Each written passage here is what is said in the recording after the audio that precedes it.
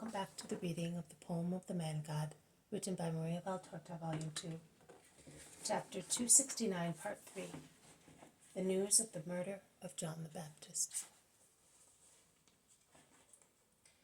Simeon, can you tell me how he died? Asked Jesus after some time. Yes, he was praying. He had previously said to me, "The 2 messengers will be back before long, and those who do not believe will believe.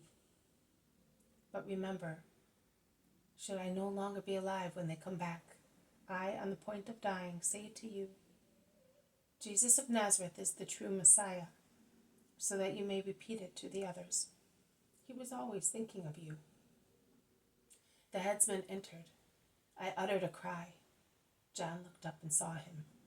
He stood up and said, "You can take only my life, but the lasting truth is that it is not legal to do wrong."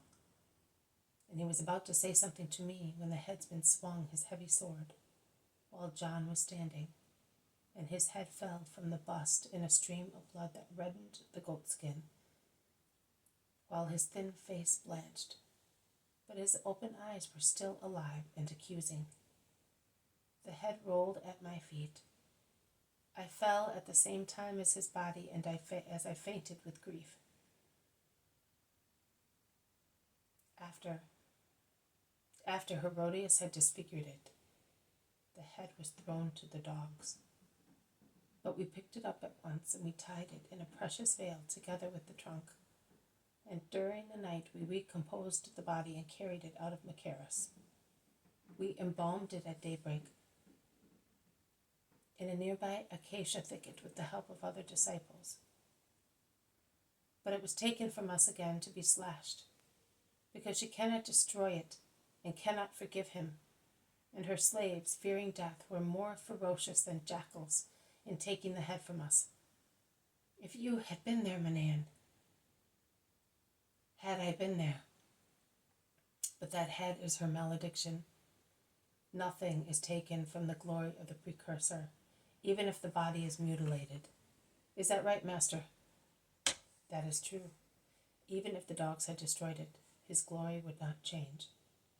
Neither has his word changed, Master. His eyes, although disfigured under a large wound, will still say, "You are not allowed." "But we have lost him," says Matthias.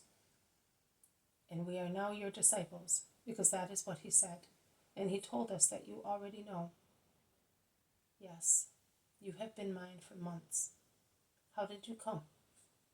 "On foot, by stages. It was a long, painful journey, in the heat of sands and of the sun, made even more painful by grief. We have been walking for almost 20 days. You will rest now." Manan asks, "Was Herod not surprised at my absence?" "Yes, at first he was annoyed, then he became furious. But when his rage calmed down, he said, 'One judge less.' That is what our friend, the cupbearer, told us. Jesus says, 'One judge less.' He has God as a judge, and that is enough. Let us go where we sleep. You are tired and covered with dust. You will find the garments and sandals of your companions. Take them, refresh yourselves. What belongs to one belongs to everybody. Matthias, since you are tall, you can take one of my tunics. We will provide later. My apostles will be coming before night, because this is the Sabbath Eve.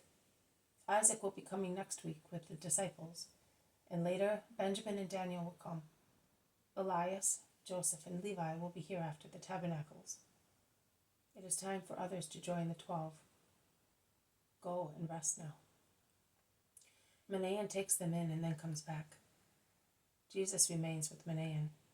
He sits down pensively and is clearly sad, with his head reclined on his hand, his elbow resting on his knee as a support. Manaen is sitting near the table and does not move. He is sullen. His face is a storm.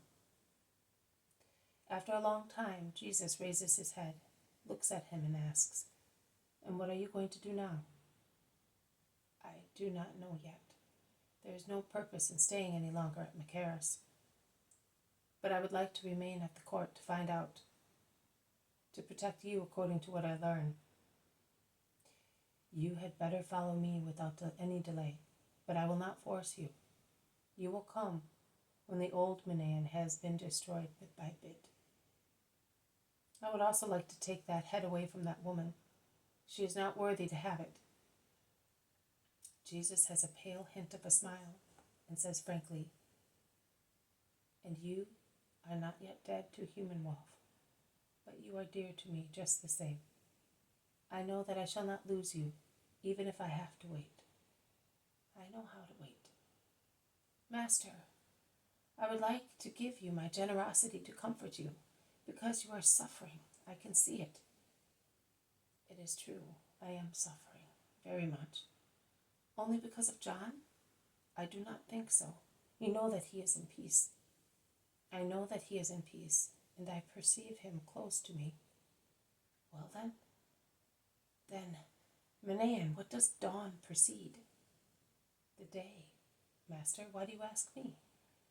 Because the death of John precedes the day when I will be the Redeemer, and the human part in me trembles at the idea. Manaan, I am going up to the mountain. You stay here to receive whoever should come and to assist those who have already come. Stay until I come back. Then you will do whatever you wish. Goodbye. And Jesus leaves the room. He goes slowly down the steps, crosses the kitchen garden, and at the back of it he takes a little path along ruffled gardens, olive groves, orchards of apple and fig trees, and vineyards, and he climbs the slope of a little hill where he disappears from my sight.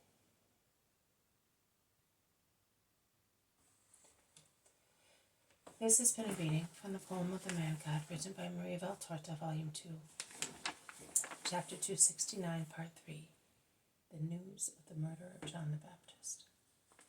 Thank you for listening. I will see you tomorrow. May God bless you, and may peace be with you.